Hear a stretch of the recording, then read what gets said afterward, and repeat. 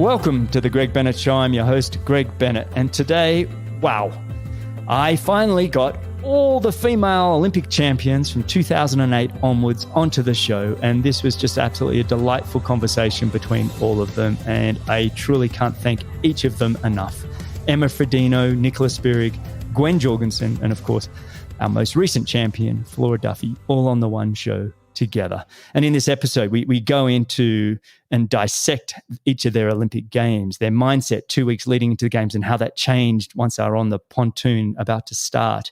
And when did each of them feel like they had it won? And what was their initial feeling once they crossed that line and realized that they were the Olympic champion? Or for Nicola Spirig, it was actually about 15 minutes later. But that feeling that each of them had will be surprising when you hear that. And finally, how did that gold medal affect and impact the rest of their lives? Just truly remarkable to have each of them on the show, and I can't thank them enough for making this happen.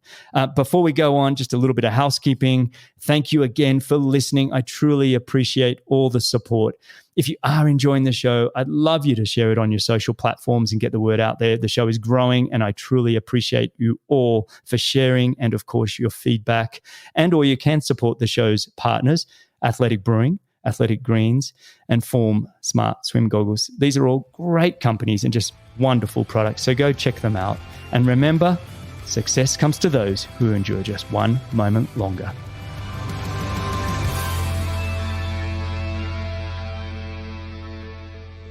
A quick mention of the show's partners. These are all great companies and products that I use daily. If you want to support the show, you'd be doing me a massive favor by supporting these brands.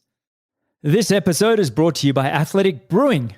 Anyone will tell you that I'm someone who loves to have a beer, and there's always a beer in the fridge for me and or guests that pop in. But with kids, my work, and just my overall health, I can't, and I don't drink often. I can't afford to not be on my game, and I simply don't like the foggy feeling I get by drinking alcohol. So I've tried non-alcoholic beers, but I guess I'm a bit of a beer snob because none of them have measured up to a real craft beer experience that I like.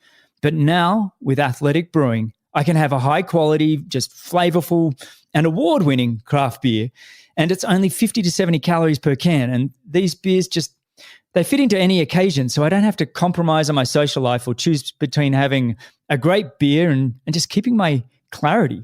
So go ahead and check them out at athleticbrewing.com and use code GREG20 at checkout and receive 20% off your first beer order. And that's athleticbrewing.com. Or you can find them at your local liquor store or bottle shop. And I'll let you know, I'll be having one every single episode I record. They're that good.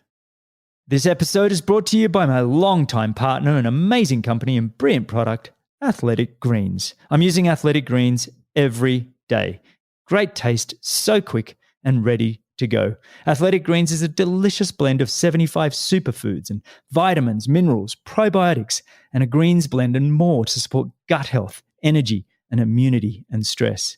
I've also been doubling down on Athletic Greens vitamin D. A huge portion of the population are vitamin D deficient, myself included. And right now, Athletic Greens will give you a year's supply of vitamin D for free and 5 free travel packs with your first purchase. Do yourself a favor and sign up. It makes a great gift for a family member or a friend. So sign up now and get a free year of supply of vitamin D and 5 free travel packs with your first purchase by visiting athleticgreens.com/Greg. Again, that's athleticgreens.com/Greg. This episode is brought to you by Form. In my opinion, Form Smart Swim Goggles are the biggest thing to hit the swimming world. With Form Smart Swim Goggles, you can see all your key metrics while you're swimming: your distance, your pace, stroke rate, and heart rate. The swim data is displayed on the goggle lens, and you can customize the display to see the key metrics that you want to see. I couldn't believe it when I first tried them. They fit like normal, comfortable goggles, and the display is there, but it's not in the way. I consciously look at the lens to see my stroke rate and my pace and my heart rate and distance. If you're a pool swimmer or an open water swimmer, I encourage you to check these goggles out. Please go to formswim.com/Greg. Again, that is formswim.com/Greg and get $15 off the Form Smart Swim Goggles at checkout, or use code GREG2021 at checkout. All right. Well, this is a treat and such a privilege. It's taken several months, but we are finally here. And I'm so excited about this episode. You see, I've always pondered what it takes to win on that special day, that one day that every Olympic athlete aspires to. I've wondered what it must feel like crossing that finishing line knowing that you are the Olympic champion. And how does that heavy medal feel and affect the rest of your life? Well, today we'll get some of those answers, because today I have the past 4 women Olympic triathlon gold medalists on the show. 4 gold and 1 silver between the 4 of them. These women I've trained with, I've been at races with, they've all conquered the world and they've been heroes to their respective countries. All of them I truly admire and would call good friends. All but one have been on the show, and you can find their past podcasts on your podcast app of choice, but never have they all been together on the one show. And I'm feeling very honored that they have all agreed to come on, and amazed that we were able to coordinate times from all the corners of the world. So welcome. And thanks for joining me on the Greg Bennett Show. Emma Frodeno, formerly Snowsill, Nicola Spiri, Gwen Jorgensen, and Flora Duffy. How are you all? Very good. Nice to chat to you, DB. Great to see you, Emma. All right, everybody. Thanks again for coming on. Today, I want to discuss your Olympic experiences and the impact of the gold medal on your respective lives. But right now, I'm actually going to crack a beer to celebrate the fact that we have you all here. So thanks to Athletic Brewing for the Upside Dawn Golden Ale. We are here. We are all made it. You look, I got the 4 Olympic male champions a while ago, and that took about a week of going backwards and forwards. But all of you... And that wasn't an hour.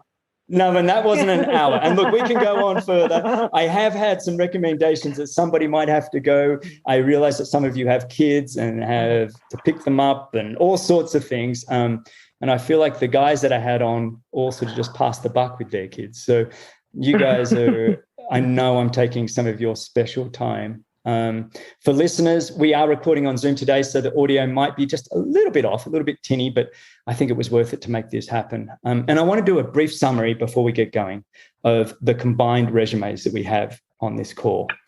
4 Olympic golds and 1 silver, 8 ITU world titles and 3 silvers, 2 Commonwealth Games golds, 6 European titles, 5 Xterra world titles, and 2 ITU cross world titles. Truly unbelievable what you've all been able to achieve. And now, because of the nature of this recording, I'm going to throw to each of you individually, so we're not going to talk over each other too much. If it happens, that's fine, but just a little bit. But I want to get going. So let's start. So to start, I want to just have each of you tell me where you are in the world and what are you up to. So Emma, I'll start with you. Girona, Spain. The sun is not long set, and have raced home. And it's pretty much getting time for the kids to get into bed. And it's been a busy day at the cafe in La Comuna. And we've come from a community ride this evening. Learning different side of business, different side of life. And it's, what would you say, challenging to say the least. and you're keeping fit. I saw you were doing some, you did some was it a long run you did the other day, or what was that? I'm up. I try to keep fit for adventure, and there was a unique experience to run a big part of the Camino de Santiago. And obviously it's fairly infamous, and I thought, well, I'm probably never going to walk it. And the idea of running it and with a team of some local trail runners and stuff, we put a team together. It was an event hosted by Red Bull, and it was super cool, super fun. And for me, that's really all it's about is when there's something fun like that, to see a different part of the world, different part of the country at this point. Just feel fit enough to, enjoy the experience and see it from, a different perspective. And I think there's no better way to do it than, if you can do it on 2 wheels or by 2 feet. I'm with you. It's all about fun now. But Nicola Spirig, over to you. Now, you're the one that hasn't come on the show yet, and I've been on you for about 1.5 years. We are going to make it happen at some point, right? Definitely, yes. We are going to make it happen. Life is just really busy, you know me, but Greg, I'm here at home at the moment, which is near Zurich, with my 3 kids. 2 of them are hopefully already sleeping, so that's good. And I'm still training, still having a big project in sports. But I'm also quite busy at the moment with our foundation and having had like 6 kids races in a row just 4 weeks ago. So yeah, life is really busy, but I'm happy. It's amazing just watching you on social media. You're putting on this incredible series of kids races throughout Switzerland. You've got 3 kids of your own. You're still racing at the highest level and hoping to. Are you still doing that, breaking 8 hours or something? Is that happening? Or? Yeah, I'm trying to. Yes. Of course you are. And I just find what you've got going on just amazing. You're all so busy. It makes me feel tired just thinking about it. But thanks for coming on, Nicola. I'm looking forward to when we have your individual podcast as well. And Gwen, you're just around the corner from me. We're in Boulder here and we're not too terribly far. Have you settled in and what's going on in your world? Yeah, we're getting settled in. Like you said, we just moved to Boulder September 1st, and we've been in 2 different rentals so far. So we're kind of just hopping around town, not really settled in like a place, but we feel settled like this is home. Well, just because we don't have another home, but it's been really good. I've actually been, Flora's been gracious enough to show me around a little bit, and I've been going on some long runs with her, but Stanley, our son, has started an outdoor school. He loves that. He actually this morning, he loves riding his bike to school. And this morning, though, we were very late. We are about 2.5, 3K away from school. And he decided he wanted to run barefoot to school. And we left at the same time. And I'm just like, oh my gosh, we're going to be so late. And the kid he hammered. And I'm like, I feel like we're torturing him, but he's the one that wants to do it. But anyway, I feel like we're fitting into the Boulder culture here. And I just switched coaches and I'm running with Bobby McGee here in Boulder, which has been really exciting and fun. Oh, I love Bobby. You couldn't get a better man. Bobby and I could geek out and talk running for hours and hours and hours. And certainly someone like Laura would be just rolling her eyes as we just chat. But he's a phenomenal guy. And it's so great that you guys have, come to the Boulder scene. And I hope you can, settle in and find a place that, and get comfortable. But I know we do the same thing with our kids too, by the way. We always feel like, are we torturing them? But they kind of want to just keep doing this. So it's so weird. Yes. And Flora, you've just gotten back from Cresta Butte. You've got Abu Dhabi World Series race you're training for. How's it all going? Hey, Gray. Yeah, I'm also here in Boulder. And like the other 3, life is busy and moving pretty fast these days. But yeah, I'm trying to find routine again, get into some training. It seems so weird that I'm still racing, even, after the Olympics and the 2021 World Series wrapped up. And here we are. Going again, pushing through to Abu Dhabi. But I'm enjoying it. And everything definitely feels, a little bit more relaxed and less pressure and just kind of enjoying being able to train and race. And just being in Boulder. And like Gwen said, we've done some runs together, which has been really nice to reconnect. And I can, keep up with her now as she's like building back up and I'm at pretty good fitness. So that works well. That's awesome. You have been busy. And again, I watch you all on social media. So I'm always like, wow. I love the fact that in Bermuda, they name a street after you, a hill climb or something. Did I see that the other day? They did. Yes. So it's this pretty famous hill in Bermuda called Corkscrew Hill. And when the WTCS race was there, we went up it 10 times. And so obviously, I guess from my 2018 race, they thought that would be a nice hill to rename, which is pretty cool. And yeah, I'm going home for the first time since Tokyo on Monday. Oh. And yeah, it's going to be crazy. I mean, in the best sort of way, but I'm definitely preparing myself. Like I've already seen a video and photos of like this massive photo of me on a side of a building, like smiling with my medal. And yeah, it's going to be wild. Oh, that's so cool. Well, all 4 of you can share those kind of stories. And that's kind of what this show is about, is that Olympic gold and the impact on your life and the people around you. And and the countries that you all represent and how it's affected you. Obviously, Flora, you're the most recent, and I think that's exciting for you. What I want to do now is ask a question that's kind of specific to each of your Olympic Games that you went through.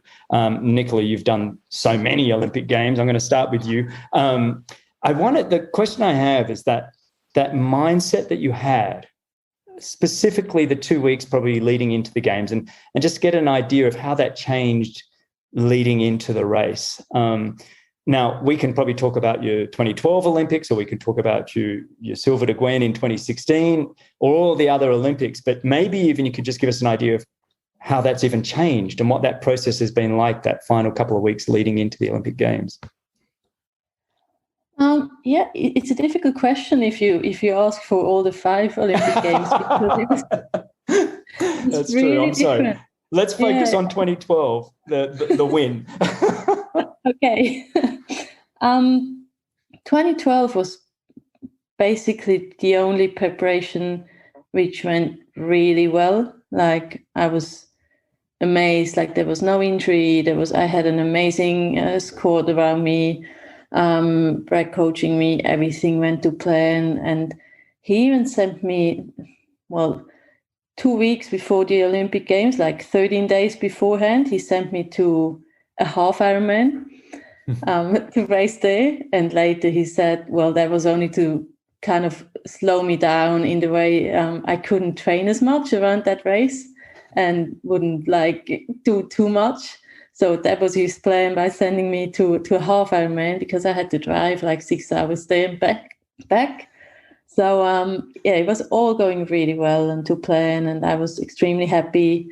Was writing a letter actually just before the games to my team, to my teammates and my coach, just saying that the whole time, the preparation, the leading up to the games was so amazing that I was already happy before the games. Like, no matter how it would turn out, I was thanking them and saying that was one of the best times of my life. So extremely happy. Of course, I got a bit nervous, actually really getting close to the race, but that's normal. And I didn't feel so good just the day before the race. I had some cramps and wasn't sure about if it's going to be the best day. I did have some problems in the race afterwards, but obviously I'm not complaining after winning the gold medal there. So it was a really good preparation. I love the mindset that you have where you can go into a major competition and go, whatever happens, but I've enjoyed the process, and it almost takes that pressure off a little bit, because you've already been rewarded to some degree. Definitely, yes. That was me in 2012. I was so thankful about the time beforehand, and all those teammates who really helped me. Like, sometimes I had 6 pacemakers on the track, and it was just amazing to me to have that team spirit and that help. Yeah, I love the concept of team. A lot of what I do on the show is we talk about the teams that you all have around you, and basically it's very hard to achieve anything without a great team around you. Gwen, I want to move on to you. The same kind of question. 2016, the pressure you had on yourself, because you've been undefeated for the 2 years. Was it undefeated 2 years leading in? I think it was. So I'm really curious. I think I lost the 2 races that year leading into the Olympics. You did. That's right. I'm sorry. I should always remember the ones that you've lost. Yes. But anyway, you tell me about those 2 weeks going into Rio. Yeah, I actually was talking to Flora about this on a long run the other day, just about how she actually took a lot of pressure off of me going into the games. I felt like I had, I was the person that was always interviewed and asking questions and when's your winning streak going to end and all these things. And, but like right before the Olympics, she started to, I think, like switch up the game a little bit, and you had to be stronger on the bike. So I think some of the pressure started to be on some other people.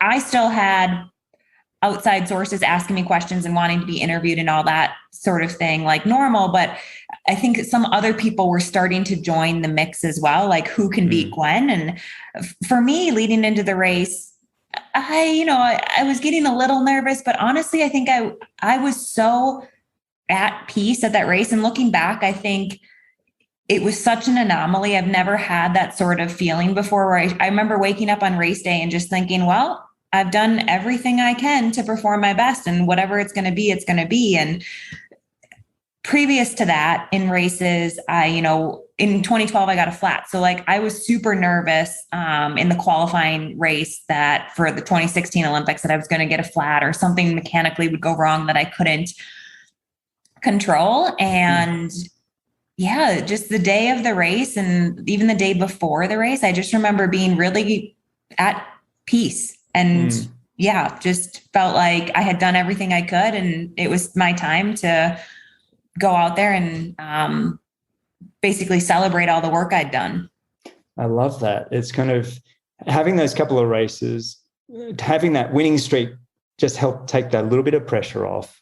And then it's much like Nicola, it's almost like you guys were in this place where you were happy either way. Like, yes, you definitely wanted the win, but because you'd managed to get yourself into that place where you're at peace and you could just go and enjoy the race, you were able to optimize your performance. I love that.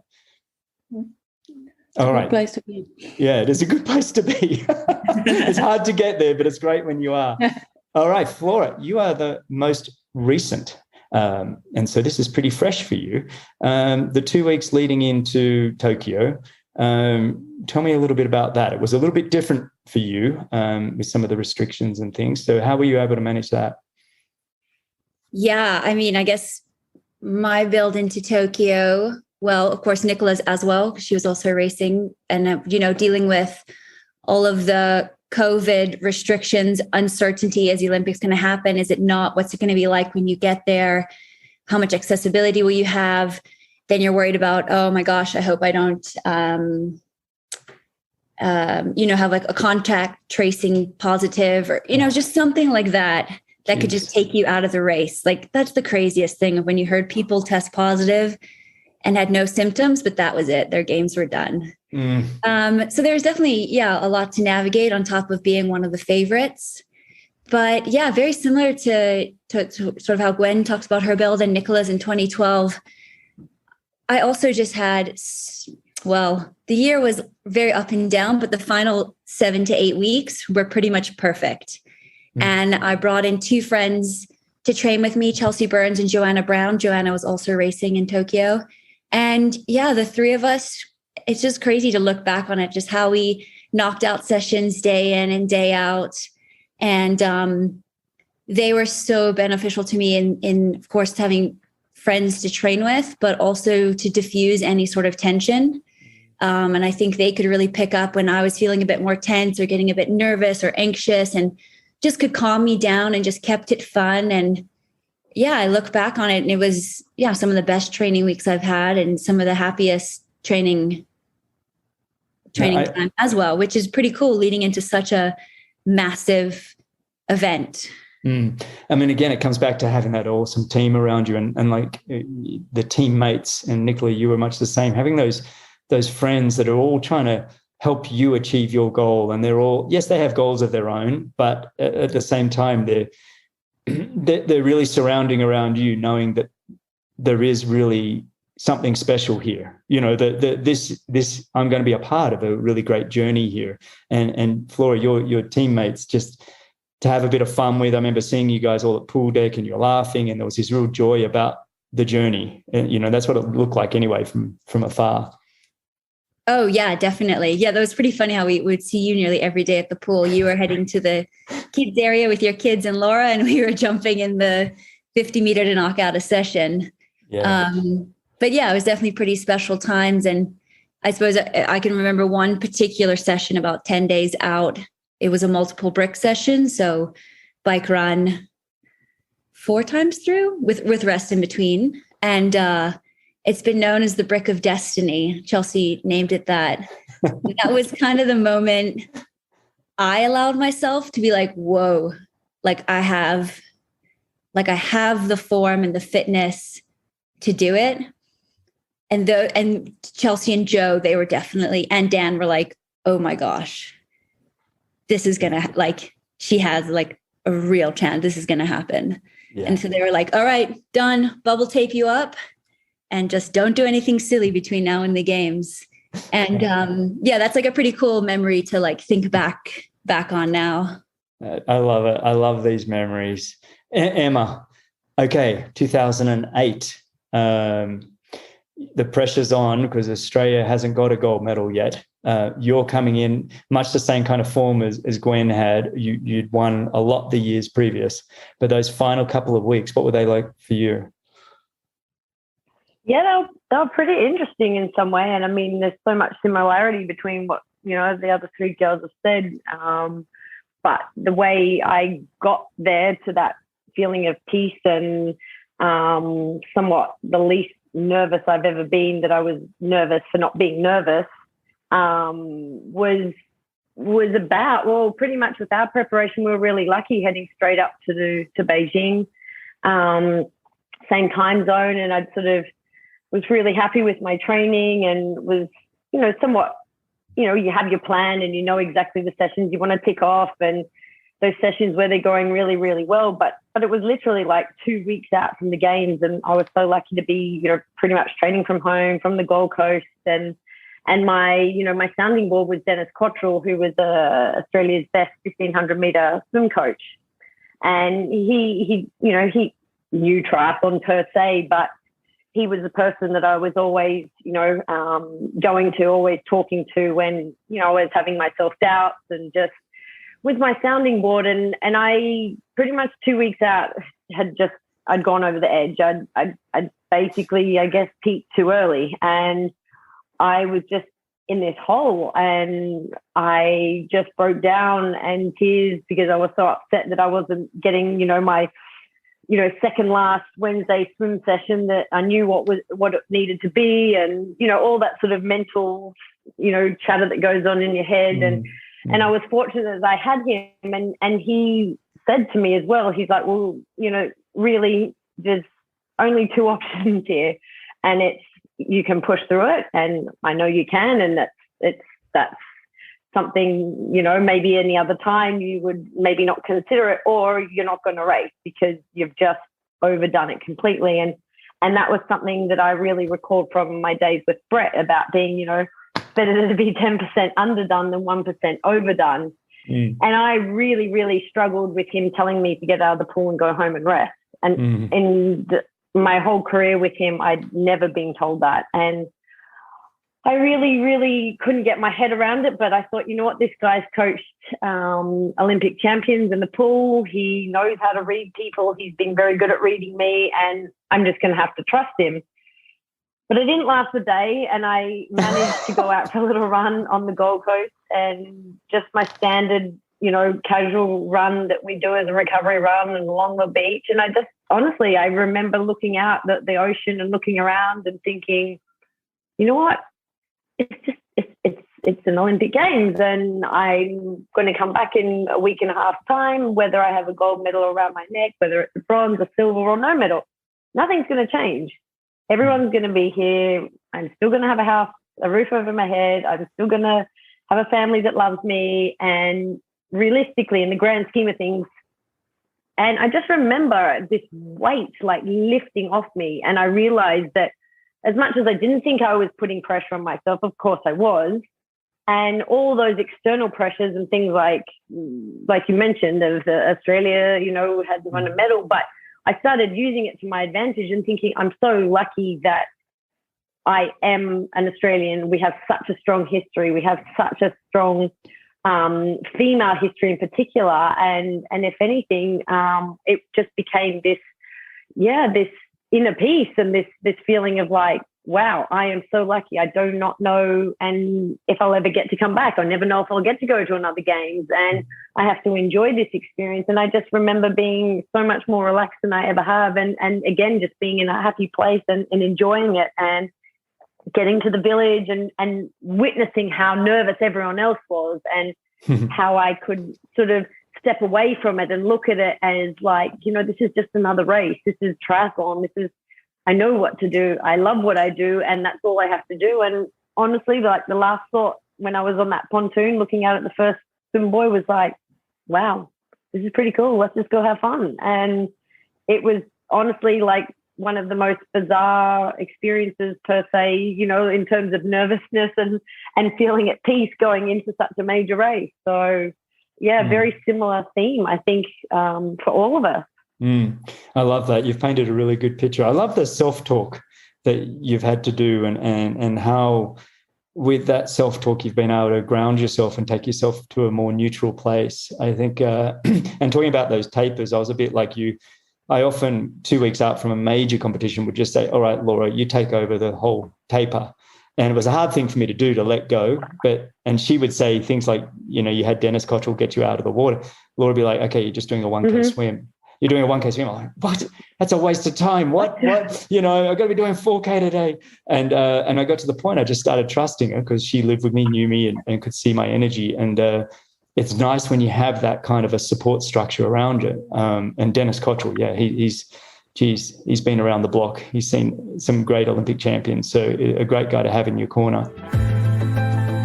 A quick mini break to remind you of the show's incredible partners.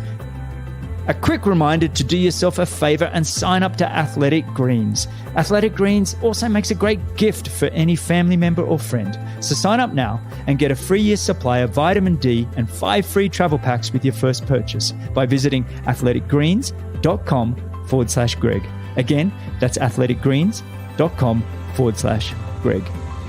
If you want to see all your key metrics like pace, distance, stroke rate, and heart rate while you swim, you need the Form Smart Swim goggles. Go to formswim.com/Greg. That's formswim.com/Greg and get $15 off. Or you can use code GREG2021 at checkout. If you enjoy a beer but want to keep your clarity, stay on your game, then you have to try Athletic Brewing. I was just simply blown away by how good they taste. Just a true craft beer. Go check them out at athleticbrewing.com. That's athleticbrewing.com. And use code GREG20 at checkout and receive 20% off your first beer order. All right, let's move on to, I want to get into more specifics of your races. And this next question is really kind of just an idea of the mindset you had of when did you feel like you had it won? Now, Nicola, I'm going to do you last. But when did you have it won is going to be an interesting one for you because we're looking at a split second there. But Gwen, because I'm rotating through these, Gwen, I'm going to start with you and ask you, when did you feel like you had it won? And Nicola, you're a part of this one, I guess, to some degree as well, because you guys were running head to head. But I'll leave it with you, Gwen. You mean when did I know that I had it lost? Yeah, I mean, for me, I honestly thought Nicola was right with me. And I remember I was running down this finishing chute and I looked back and I was like, I don't see her. And that was probably the moment. But I just remember, I mean, I think that 2016 battle with Nicola was highly talked about because, we slowed down, we talked to each other and, she put in a surge, I put in a surge, and I thought she was right on me the entire time. And I just remember thinking, like, don't look back, just look forward, just get to the finish line, do what you know how to do. And yeah, I came down that finishing straight and looked back and I was like, oh boy, I think I'm going to win it. That has been talked about a lot because we're all watching at it, screaming at the TV. And Nicola, I guess you can chime in on this one because it was a fun race to watch. Was there a headwind? Was it tactical? Who's going to lead into the wind? Or was it just, I don't want to lead, I want to run from behind? What was going through both of your heads at that point? You can kind of both chime in on that side question.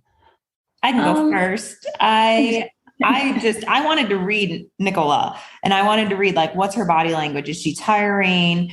What's going on? And so I wanted her to go in front just so I could get a read on her. Mm-hmm. And Nicola? Yeah, I just wanted to stay with Gwen in the beginning. And because everyone knew, I think when you hadn't lost the race, like, since 4 years when you were in the first pack, like getting off the bike in the first pack. So I knew there had to be something special tactics, whatever, getting you out of the rhythm or anything special that you wouldn't win. So I tried to stay with you. I was suffering a lot for the first half, but I thought, well, at least the other ones are gone or a little bit back behind. So that's that's at least a silver medal if I'm lucky. And then you let me go in front. I was like, oh, she has never done that before. So that's interesting. And I was leading, but we got back to the headwind. And I knew if I would continue to lead, then I would have no chance if you would attack in the tailwind again. So yeah, I started to talk to you. So first that you would go in front again, and second to try and get you out of the rhythm. Someone showed us that we had like 25 seconds lead. So I thought, okay, I can probably waste 10 seconds to talk to her, and then I have to run again. So that was my trying to get you out of the rhythm. That is so great. It was an epic moment. It was something that I think was never done before and probably will never be done again. But it was like in that actual moment, I don't know, the whole race, I just had fun that whole race. I just felt like we were just playing a game, and that's what sports are, right? They're games. So for me, Nicola was trying to get in my head. And for me, I was just like, this is awesome. This is a game. I'm going to win it. I love both parts of that. I love that it was a game for you, Gwen, and you're in a really happy, enjoyable place. And Nicola, you're kind of going, well, how do I beat somebody that hasn't been beaten in 4 years when they've come out, been in the first pack in the swim? And so I was like, well, maybe I'll try breaking up the rhythm. Great champions, both of you. And it really was an exciting race. Flora, I'm going to move on to you next. Most recent, when did you feel like you had it won? Because you really look like you had control of that race very early on once you got on the run, but even when you probably looked around who was in your pack on the bike. Yeah, well, I must have learned something from Gwen and Nicola's tactical battle in Rio and was like, nope, I don't want any of that. So on the run, I just knew I had to take it out hard and I could back my fitness. And kind of just went from there. The one thing that maybe worried me a tiny bit was it was a very overcast day in Tokyo. I mean, completely different weather conditions than what we were expecting. I can remember actually, it was supposed to be, hot, humid, sunny, just a summer day in Tokyo. And then this tropical storm was passing. So it was windy, rainy, overcast, much, much cooler than expected.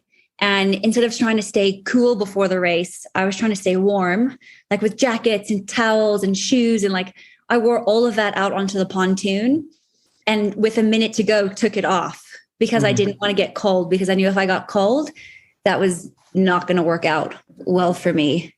And I think if, looking at women's ITU racing now, like the swim is so crucial, particularly at an Olympics with a smaller field. You have someone like Jessica Learmonth there, who's an absolute motor in the water. And so for me, that was my biggest fear of the race. It's like, I have to make that front swim group. And I just knew that was going to set the race up, because obviously Nicola was in the race and I knew she would be pushing from that second group. Well, of course, unless not the front group, but anyway, no, we know how it worked out. So, I just knew that was such a crucial moment. And then, as we got out into the bike and I saw, after the first lap or two, saw who was in my group, and I was like, oh, this is so perfect, because Jess, Katie, Georgia, myself, we're all strong riders. We all, once we're in a front group, like we don't need to be told you need to take a pull. Like we just do it and just can execute. And especially in those wet, very technical course, those are wheels I can follow.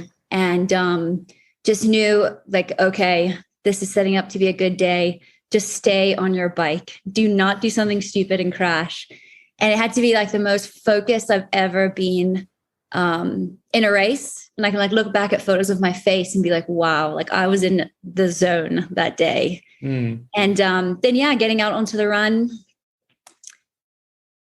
Back to my running. I didn't know Georgia had a flat with about 1.5 K to go. So when we got to the first U-turn, I thought, oh, that's a bit strange to see Georgia so far back. And then learned after the race what had happened. But I just took it out fast, felt great, was confident in my running. Dan actually told me the morning of the race, I don't know why, and then shouted it to me in the race to run 33:10. And I was like, is this guy crazy? Like, I'm leading the Olympics and now he wants me to run 33:10. Anyway, in hindsight, he told me he did that to distract me, to get my mind off anything than thinking about, oh my goodness, I'm leading the Olympics and I have 9 more Ks to like mentally handle this. So I just started thinking about any sort of biomechanical cues that I have. For the last little bit, just counting how many water stops I had left, just trying to stay as focused as I could on executing a great 10K, but not thinking about, I'm going to win this race. Because every time you run through transition, you can see the big screen and the splits will come up.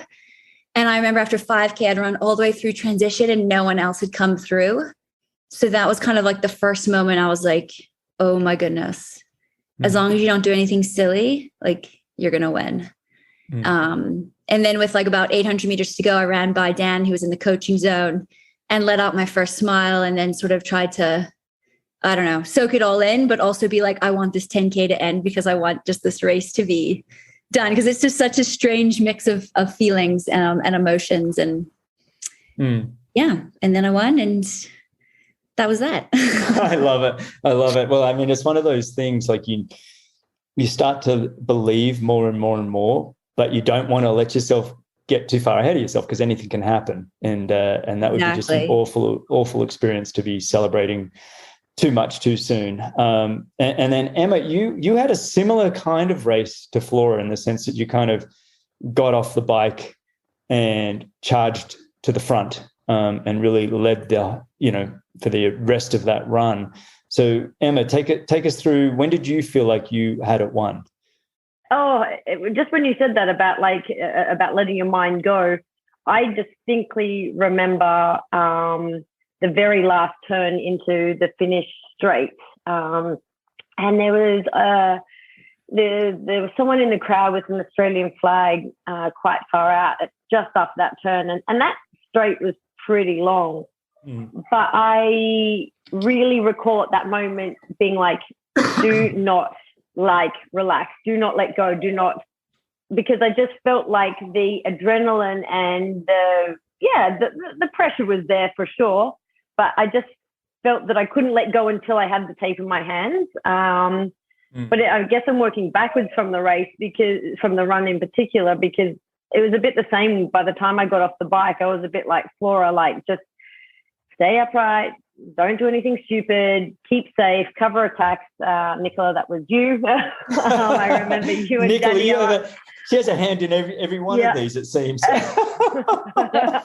I just remember just being like, just keep an eye on those Swiss girls. They are just so fast on the bike, and just being one of those things like, just don't take any unnecessary risk on the bike in terms of, corners and just all that sort of stuff, being like, it's that place where you're always happy to get off the bike and just be like, okay, great.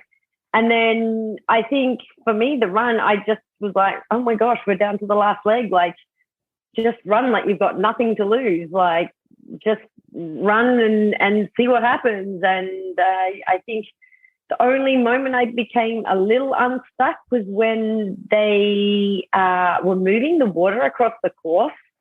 And they had one of those barricades, those sort of like cardboard barricades that they were putting basically across the course, which was to divide the course in front of me as they were getting water. And I guess they just weren't prepared or didn't realize I was coming.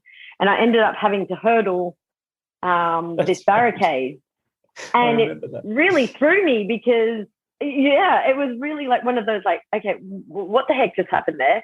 Second of all, I just hurdled and I can't hurdle. Thirdly, okay, am I going to get disqualified for going off course here? And I was like, I'll discuss that later when we get to the finish line if they want to say anything about it. Just keep running. And it was the only time where I feel like I stepped out of myself and had this irrational self-talk other than my mantras of just, telling myself, okay, breathe, relax, turn over, all my mental cues.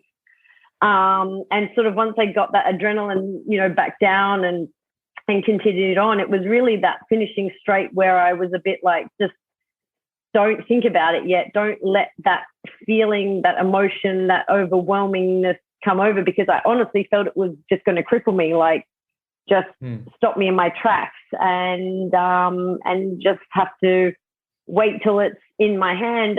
And even when it was there in my hand, I think it was just such a surreal feeling that it probably just honestly took months for it to really, truly, actually sink in, because it's, you know, there's euphoria and that, you know, it comes with all good races, I guess, but it's just such a whirlwind afterwards that you almost don't have time and peace and quiet to really sit and think about it. It just becomes this completely surreal experience.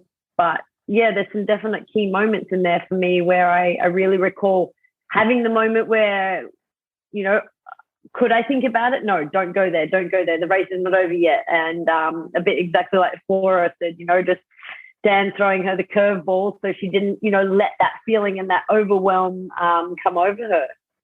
I love that. I love the fact that you could have gone in the Olympics for the steeplechase as well, because I do remember you jumping over that blue kind of it was a triangular kind of pylon, I remember. Yeah. And just going, where in the world does she come from? Because you just come up the steep hill and you're coming back into the straight. I was like, what? Yeah. Where is she going? Yeah, I remember that. That was truly crazy. And if anybody's seen me try to run hurdles on the track, you know that's something that gives me heart palpitations anyway without running. I love it. It's a great little side bit to the whole story, though. All right, Nicola, you have been involved in all of these stories since 2008 with Emma's race, and then obviously your own, and then Gwen's and Flora's. You've been somebody that has seemed to be playing a hand in every one of these Olympics. You realise you can't ever retire at this point, because I don't think a women's Olympic triathlon would be the same without you. But let's talk about it. When did you feel like you had it won in London? Because anybody that hasn't seen the London sprint finish for the women's Olympic Games must go watch that right now on YouTube. It's one of the phenomenal sprint finishes. But tell us about that. Yeah, well, my tactics were pretty simple. I knew I wasn't going to come out in like among the first out of the swim, so I knew I would have a little gap there. I would try to get to the first pack on the bike, get off the bike with the first girls, and then my run was pretty good. I knew Emma wasn't there. I was pretty amazed Australians didn't select her for those Olympics. So I knew I would be among the best runners. And the goal was just to stay with the first ones. And then we had trained for like a short sprint in the end, because Brett was always saying, the chance that there will be a sprint is really high. So after every hard training session, I had to sprint against the guys. And so that was the tactics, just stay with the first girls and then do a hard sprint in the end. Pretty easy. But as I said, the lead up was great, but then at the day, I actually didn't feel that good. Like I had signs of cramps already on the bike, and getting off the bike and starting to run, I also just had those signs that the legs could cramp up, and those signs were getting worse, like every turnaround or at every change of pace. So in the end, I was quite worried that if I would really count on a fast sprint in the end, and this big change of pace, that this would cause a real cramp, and that there would be a chance I would have to stop like 100 meters before the finish. So I changed my tactics, and we were running along like 5, and then I think Helen dropped, and we were four girls still running. And I changed my tactics and thought, okay, I have to just change the pace slowly and go faster, just bit by bit. But of course, that wasn't really my strength, and it was a long sprint with it.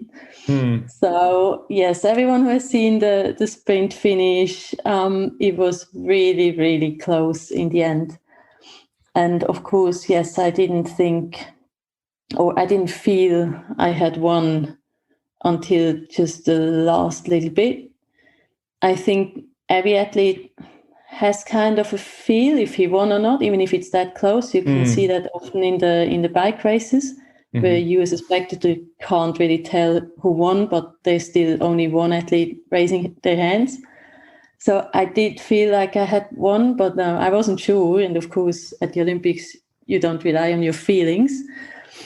And I was asking Lisa what she thought, and she said, "Well, I think you won, but I'm really happy about second place." I was like, "Yes, okay." She has the same feeling, but that still doesn't mean anything. So we had to wait about, I think, 10 or 15 minutes until they had seen the video or the picture from the finish line, and they came to us and decided who won. Wow. I love that. So you had an inclination that you had at one with about half a meter to go, and then you had to wait a good 15 minutes, which must have felt like an eternity, until you actually got the nod. I mean, that's pretty incredible. I love that. Yeah, it was pretty crazy because I think, like at every Olympics, the awards are right afterwards. So we were getting ready for the award ceremony, and we didn't know who won, who was second, and we were just basically joking about it. And like the third girl said, "Oh, next time I'm getting a boob job, so I'm the fastest." And yeah, it was quite funny because we couldn't like take it serious. You're there at the Olympics, and you just don't know who won.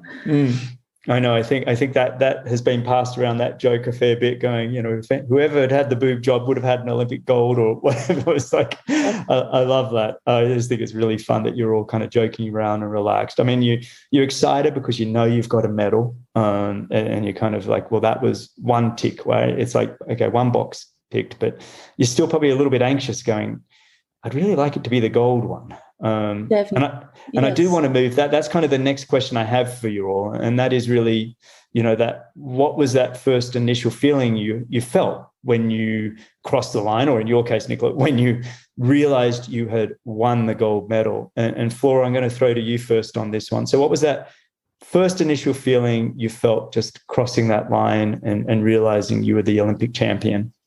Oh, man. Yeah, it's just such a mixed range of emotions. Obviously, just excitement and joy. And I mean, definitely for me, a lot of relief. I could definitely, felt a lot of pressure leading into the race. And particularly as I was Bermuda's first medal hope in like 40 years.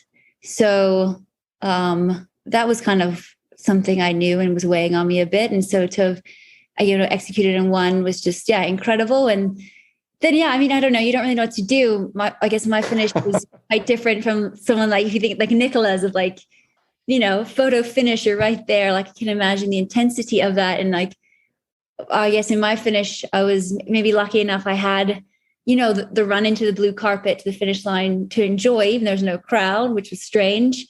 And then, you cross the line and there's just cameras everywhere and you're trying to take in this massive moment. And so I just thought, if I lay down, I put my hands on my face, maybe it just gives me like just a quiet, like 10 seconds to just be like, what just happened? I did it. And then, it was really cool. And then I think, to celebrate with Georgia finishing second and then Katie to finish third, both friends of mine. And to just celebrate and hug them at the end. Just was really pretty special. And I don't know, just this huge range of emotions and euphoria, and can't believe that just happened. I love that. I just want 10 seconds just to be on my own in my own little world. So I'm going to put my hands over my face and just have this moment. Just give me 10 seconds, everyone. I think that's fantastic. I really like that. All right, next up, Emma. When you crossed that line, what were the feelings like? It was relief. Honestly, just pure relief. I think, it as much as I, explained before, the pressures of, your internal pressure is one thing, but I guess, in one way or another, I also did take on somewhat the pressures outside that you can, you try not to listen to, but they are there. And and that, you know, the fact that the last few years had been going well, and you didn't want to muck up the one big one. And I think just that overriding sense of, a pure, utter relief that you got it right on the right day. And I was so fortunate to have some of my family, my mum and dad, my sister, my auntie, my grade 7 school teacher even came across. And I just, I remember, I think just being, kind of allowed, but I somehow got to them for a few seconds before I got pulled back into the grandstands to give them a hug. And that's something that, you know, extremely special again, because, you know, you spend so many years traveling and traversing the world for your sport, and it's so seldom that you get you know, family you know, able to witness it live and watch it live. So I think, you know, that was a special moment for me to also just to say thank you, you know, thank you for allowing me to follow my dreams, and just so happy that they were here to see it.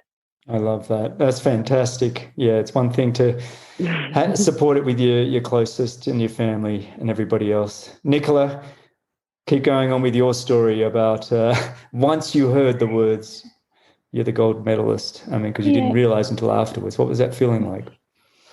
Yeah, I think very similar to Flora and Emma. Relief is a big feeling, I think, afterwards. Just that it went so well on that day, the one day in 4 years. And the same, my family was there, my whole family, Rito, my husband, was there. And to share it with them, to be able to say thank you, because I think that was one of the second feeling, like just feeling thankful for all the help I had, all the support I had. I knew I would have never been able to do it without the team. And then just also like being proud. I wasn't the first one like Flora. That must have been amazing. But it was also for Switzerland. In the history of Switzerland, it was only the 4th Olympic gold medal of a woman in Olympic Summer Games. So it was really special for us, for my country as well. And that was really cool. That is so cool. And Gwen, for you, what was that feeling like for you as well? Was it relief? Was it joy? What was it? It was similar to everyone else. You know, Emma, when she was talking, I felt like that really resonated with me. And I got really emotional when I crossed the finish line. I was crying, and a lot of it was relief, just echoing what these other ladies have said. But you put 4 years into one day, and you can't predict that one day. And to actually show up on that day is pretty spectacular. And so a lot of relief. And then for me, I just remember being so thankful and wanting to get to my coach, Jamie, and my husband, Patrick. And I remember they were barricaded off, and like people were still running on the course. And to get to them, I'd have to like cross the course, and all the officials were trying to block me. And I was like, I just want to give them a hug and say thank you. And so I remember being a little bit frustrated, but the overwhelming emotions were joy, happiness, and relief. I love that. I love that you've just won the gold, but you've still got to obey all the rules that everybody else has. And I just want to give them a quick hug. Well, I have one last question, and then we'll conclude and with final comments and a bit of general chit chat. And that is in particular, I want to discuss how this gold medal has affected your life. And when I had the Olympic men on, Simon Whitfield, Hamish Carter, Emma Frodeno, and Alistair Brownlee, there were some answers in there that kind of surprised me a little bit. And so I'm curious as to your thoughts on how the gold medals affected your life, both initially when you won the gold medal and the years later, months for you, Flora, but the years later for the rest of you, how it's affected you. And Emma, I'll throw to you first on this one. How's that gold medal affected the rest of your life? I think I certainly wasn't like Flora, because you come home on an Australian plane and you're one of numerous gold medalists and triathlon. When you only win one compared to a swimmer that's coming home with 5. You're actually not that interesting. And I think maybe that's also part of the Australian way, which I really don't mind. I think it's, culturally we're always, I think we're always somewhat a little bit simplistic in the way we certainly applaud excellence, but I think in the same breath, we also acknowledge that, we're just everyday people. We happen to excel in a sport and in a field, and luckily a job, was a really good job, that we love and that you get to do every day. And I think, that for me it's somewhat grounding, that you come from such a strong nation of athletes, particularly in summer sports, that you didn't feel like you were just one of a number of them, which, rightly so. But I think for me, the biggest sense of gratefulness actually came when I went and decided to just do the Noosa Triathlon, which was the very first triathlon that I'd ever went to, and was basically my hook. It was the first time I went as a 16-year-old, as a swimmer, and basically filling in for someone as a team. And it was, for me, really important to go back and do that race that same year. And a lot of people question me as to, why it's pretty much just a local race. It's Australia. And I had this overriding sense of relief that I just wanted to say thank you to the Australian triathlon community for, fostering and harbouring our sport, for giving me a platform to follow my dreams, to be an Olympian, to become an Olympic champion. And I really felt that was the time that I got the most out of maybe understanding myself, the enormity of what I'd achieved, because it is wonderful to share your story and explain it. But at the end of the day, you're sharing it with a people that also love this sport. And I think that has just always been something that I've carried with me wherever I go, and I enjoy very seldom now telling my story and being an Olympic champion, and but I also have come to probably acknowledge how special it is, and in the thick of things, in the thick of your career, and sometimes having a lot on your plate and not having the time to sit back and absorb it. And maybe it's just because it's so long ago now, 2008, that you come to appreciate even more some of the thoughts that I had at the time, that you may only ever get to go to an Olympics if you literally and statistically put it down. What are the odds of going? First and foremost, and what are the odds of all these athletes that have come to an Olympic village and come away with the gold medal is even fewer. And I think for me, I think over a quite longer period of time, I would say, now I am more proud, and now I like to share my story more so to inspire younger kids to follow their dreams, and no matter how crazy that may be to their parents or their teachers or the people that they find themselves surrounded by. But I think the biggest part I take from it is that if you believe in what you want and you love what you do, then really anything's possible. And I think that's become really apparent more so now with the foundation and the kids and being in a part of the world that's so unfamiliar to me as well, and realizing how privileged you are to grow up in a country that is so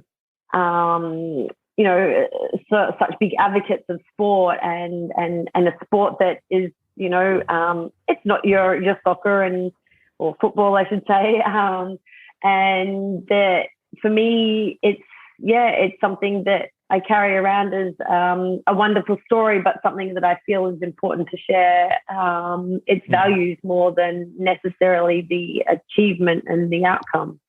So, well, it's well said. That's where I'm at for a wise old woman. No, I love it.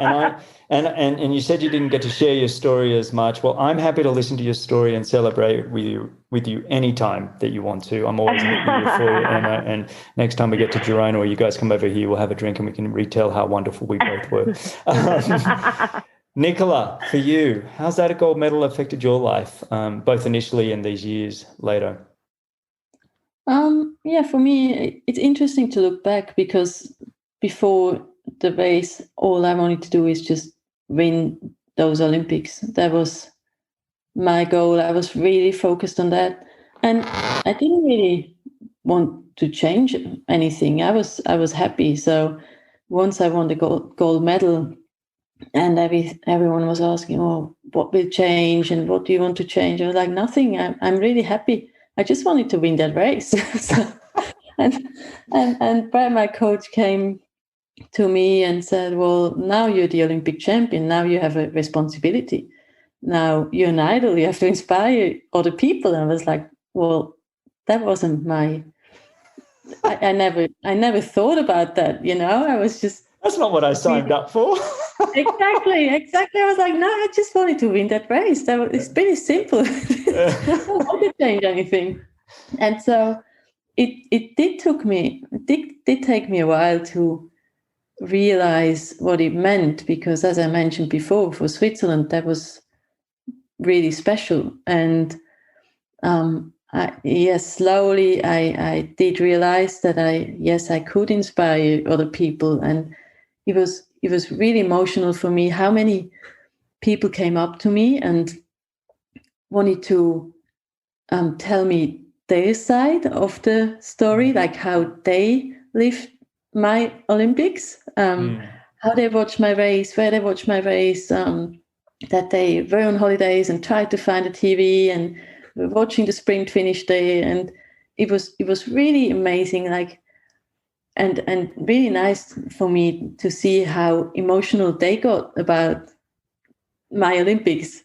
And so, yes, that's when I started to see that I could inspire people, that I should start a foundation and should start to build up those kids' races we do, just to, as Emma said, just to show kids that sports is really important, that you can learn so much for your life from sports. And I think that's what changed in my kind of mindset, to realize I'm not just an athlete who wants to win anymore, but I am someone who can change other lives, even if I'm really happy with my own.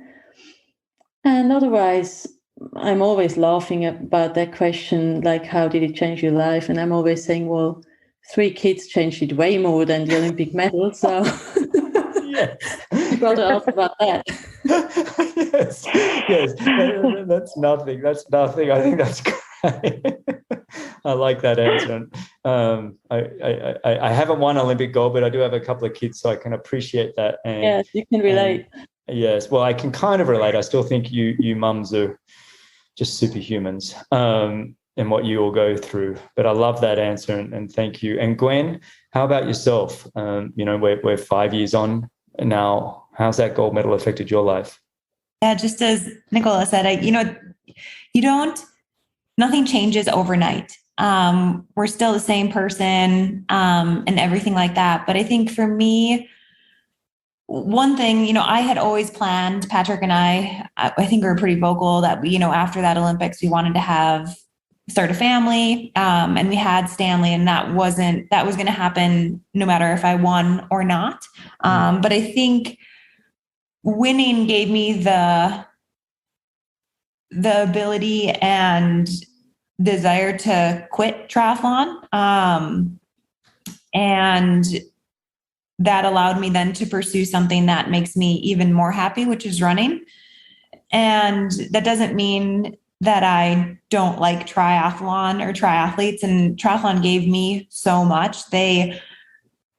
I was recruited into the sport of triathlon. I didn't even know there was Olympic triathlons when Emma, you were racing and won. Like, I didn't even know. I didn't watch that at the Olympics. I didn't know that was an Olympic event. And so many people educated me and encouraged me when I just remember saying, Barb Lindquist was talking to me and I was like, there's no way I'm ever going to be an Olympian. I'm not that good. And I had so many people that were investing in me and believing in me through that time that it really has instilled in me to give back to the younger generation as well. And with just being known as Gwen Jorgensen, the Olympic gold medalist, it's allowed me, I think, to have a wider reach on making an impact in communities. And so Patrick and I, we give back financially to a lot of children's triathlon groups.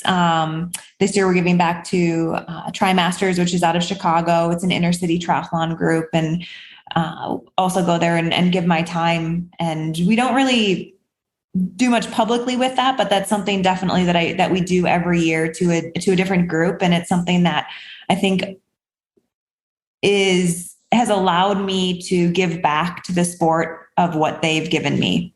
Mm-hmm. I want to touch on that. My niece, Kemper Reback, was actually one of your you gave out scholarships a few years ago, and you helped pay for her to get to races and some entry fees, and I don't know how many. I think you did it to a dozen or so, and she was so excited. You know, she's wanted. I've known her since she was like 5. Well, I've known her forever, but since 5 or 7, she wanted to be a professional triathlete. That's what she wanted, and so the day that. I think it wasn't so much about the money. It was the fact that you recognized her, that you saw her, that you thought that she had potential. And I think that was like, it's only just added, more fuel to the fire for Kemper. We say that we do this, or I say, that we do this to give back to the sport, but in reality, it makes me so happy. The kids that we do give to, they're always so gracious and they send pictures. You send them old kits, just stuff that we would never use. And it just, the joy that it brings them, brings me joy as well. So yeah, that's just something that I think it's allowed me to have a wider reach and inspire younger kids to continue to do triathlon and something they love. And that's something that has changed my life and made me just, when you give, it just makes you, I think it's it's a selfless thing, but it's also selfish because we do get a lot of joy from it. No, that's well said. I couldn't agree more. That's fantastic. And selfishly, I'd love you to be back in our sport of triathlon once you've had your fun with running. Come on back. I'm just kidding. You can do what you want, but selfishly, we do miss you. And all your fans. There's a lot of fans that are still triathletes that watch you in the running world as well. And we do wish you the very best there. Flora, I want to move on to you. Now, we're talking months for you. You touched on it earlier in the show that you're heading back to Bermuda. Once this show is uploaded, you'll actually be in Bermuda, but you leave on Monday. But I am curious, just this, let's just go over that again, some of the initial feelings of how it's affected your life. Yeah, so I'm only, I guess, maybe 2 months or so into owning an Olympic title. So for me, I'm definitely still in the surreal stage of like, did that really happen? And hasn't, I don't know, really sunk in. I think it'll start to maybe hit me when I get to Bermuda.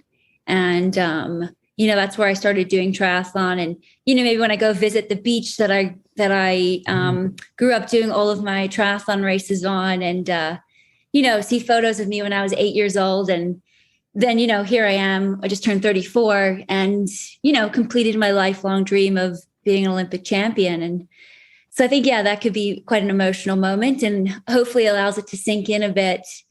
And I think the biggest surprise is, you prepare so much for the race and you just want to execute a great race and hopefully medal and hopefully win the gold medal. And then you do, and no one really can prepare you for the after. And I think for me, that's been the most surprising and shocking is just how far and wide the Olympics reaches. Just people that don't know me at all and how invested, as Nicola touched on it, how invested they got into your Olympic race and your Olympic performance, your Olympic buildup.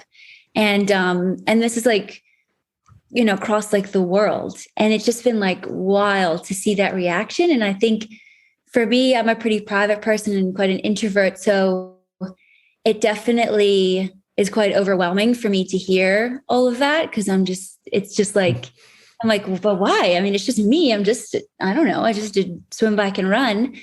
But I think that's just like the power of the Olympics, right? It's just this massive platform, and you win a medal there and you suddenly have that platform, which is incredible. And you can do such great things with it. And I really hope, I can build and have a positive impact as that Emma, Nicola, and Gwen have had in their communities. But yeah, I think for me, just still kind of, grappling with all that's kind of come with it, and allowing that to sink in, and decide kind of where I want to go to next. And I think, it'll be really great to be back in Bermuda, and to see how much it's meant there has been really pretty incredible and very special. So it'd be nice to go in and soak all of that up. But then I can also say, on the other hand, being here in Boulder, and Greg, you'll get this, I fly back from the Olympics and I go for a couple days later, I'm like, okay, let me get myself out the door. So I joined some guys for a long run, and I won't say their names, but I turn up, they're like, oh yeah, cool. Congrats, Flora. Great race. Now, so Boulder 70.3. Let's talk about that. And I proceeded to talk about that for the next 75 minutes. And I was like, oh, this is so Boulder. And it's actually so perfect for me right now. So it's just such a weird contrast, right? You did your job. Okay, good on you. Okay, next. What about us again? Exactly. It's not about you anymore. It's back to me. I was like, hang on a minute. We can spend a little bit more time. It took me 26 years of dreaming and making something reality, and we're just going to swipe over it in 26 seconds. That's great. Well, look, all of you, I'm just so impressed with all of you. I truly am a huge fan, and I like to think of you all as good friends. The key difference between this episode and the men has been just how focused you all are on giving back to your communities. And the men, not saying the men haven't, but that's been a real priority for you guys. And I think that's just really cool. And so congrats to all of you again. Does anybody have any final remarks they want to make before we wind up here? I understand if you have to go. Actually, I think we might have even lost Emma. Now that I'm looking at the screen, we might have lost one already. But does anybody have anything to say before we go? I'll take that as a no. This is really fantastic, everybody. So Emma, Nicola, Gwen, Flora, what a thrill. Thank you so much for your time and just sharing all your journey and your success and the way it affected your life. I really appreciate all of you for coming on. So thank you. Thank you too. Yeah, thanks, Greg. Yeah, it was great to talk to all the other women, and they're always inspiring, and it's fun to hear what's going on with all of them. So yeah, thanks for having us all. Oh yeah, you're more than welcome. What a thrill. We need to do this again. Next time we'll all sit down and have a glass of wine and share stories. But thank you for everybody for listening and sharing the show and all the feedback. You can find the show notes, timestamps, links, and coupon codes at bennettendurance.com/media. All right. Thanks again, everybody. Fantastic. Thanks a lot for listening to Be With Champions. If you enjoyed the show, your support would truly be appreciated. You can visit the Be With Champions Patreon page, or you can subscribe with your podcast app of choice. Don't miss the next episode, so subscribe and be notified.